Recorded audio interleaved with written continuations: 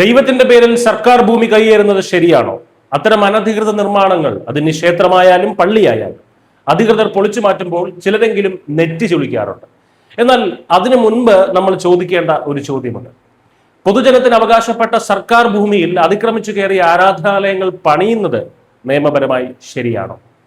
നിയമത്തിന് മുന്നിൽ എല്ലാവരും സമന്മാരാണ്. ഇത്തരത്തിൽ നിയമവിരുദ്ധമായി നിർമ്മിച്ച ഒരു ആരാധനാലയം കൂടി അധികൃതർ ഇപ്പോൾ പൊളിച്ചു നീക്കിയിരിക്കുകയാണ്. സംഭവം നടന്നിരിക്കുന്നത് ഉത്തർപ്രദേശിലാണ്. അലഹബാദ് ഹൈക്കോടതിയുടെ സുപ്രധാന ഉത്തരവിനെ തുടർന്ന് ലക്നൗ റൂറലിലെ BKT തഹസിൽ പ്രദേശത്ത് സർക്കാർ സ്ഥലത്ത് നിർമ്മിച്ചിരുന്ന ഒരു മുസ്ലിം പള്ളിയാണ് തദ്ദേശ ഭരണകൂടം പൊളിച്ചു മാറ്റിയത്.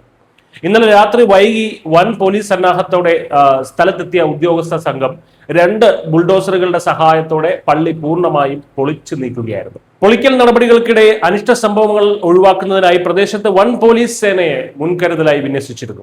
BKT തഹസിലെ ആസ്തി ഗ്രാമത്തിൽ സ്ഥിതി ചെയ്യുന്ന ഖാട്ട നമ്പർ 648 ഉൾപ്പെടുന്ന ഭൂമിയിലാണ് ഈ നിർമ്മാണം നടന്നിരുന്നത്. കൃത്യമായ നിയമ പോരാട്ടത്തിനൊടുവിലാണ് ഈ നടപടി. ഈ ഭൂമിക്ക് മേൽ നിയമപരമായി യാതൊരു അവകാശവാദവും ഉന്നയിക്കാൻ ബന്ധപ്പെട്ട കക്ഷികൾക്ക് കഴിഞ്ഞിരുന്നില്ല. കേസിൽ വാദം കേൾക്കുന്നതിനിടെ ഈ കാര്യം അലഹാബാദ് ഹൈക്കോടതി കണ്ടെത്തുകയും ഇത് അനധികൃത കയ്യേറ്റമാണെന്ന് വ്യക്തമാക്കുകയും ചെയ്തു. ഇതിനെ തുടർന്ന് കയ്യേറ്റം ഉടൻ നീക്കം ചെയ്യണമെന്ന കീഴ്ക്കോടതിയുടെ ഉത്തരവ് ഹൈക്കോടതി ശരിവെച്ചതോടെയാണ് പൊളിക്കൽ നടപടികൾ വേഗത്തിലായത്. ഉത്തർപ്രദേശിൽ അനധികൃത കയ്യേറ്റങ്ങൾക്കെതിരെ നടക്കുന്ന ഇത്തരം നടപടികൾ ഏതെങ്കിലും ഒരു പ്രത്യേക മതവിഭാഗത്തിനെതിരെയുള്ളതല്ല എന്നതാണ് യാഥാർത്ഥ്യം. നമ്മുടെ മലയാള മാധ്യമങ്ങൾ അങ്ങനെ പ്രചരിപ്പിക്കുന്നുണ്ട്. അതുപോട്ടെ, മതമോ ആരാധനാലയമോ നോക്കാതെ വികസനത്തിനും പൊതു ആവശ്യങ്ങൾക്കുമായി സർക്കാർ ഭൂമി വീണ്ടെടുക്കുക എന്നതാണ് ഭരണകൂടത്തിന്റെ ലക്ഷ്യം.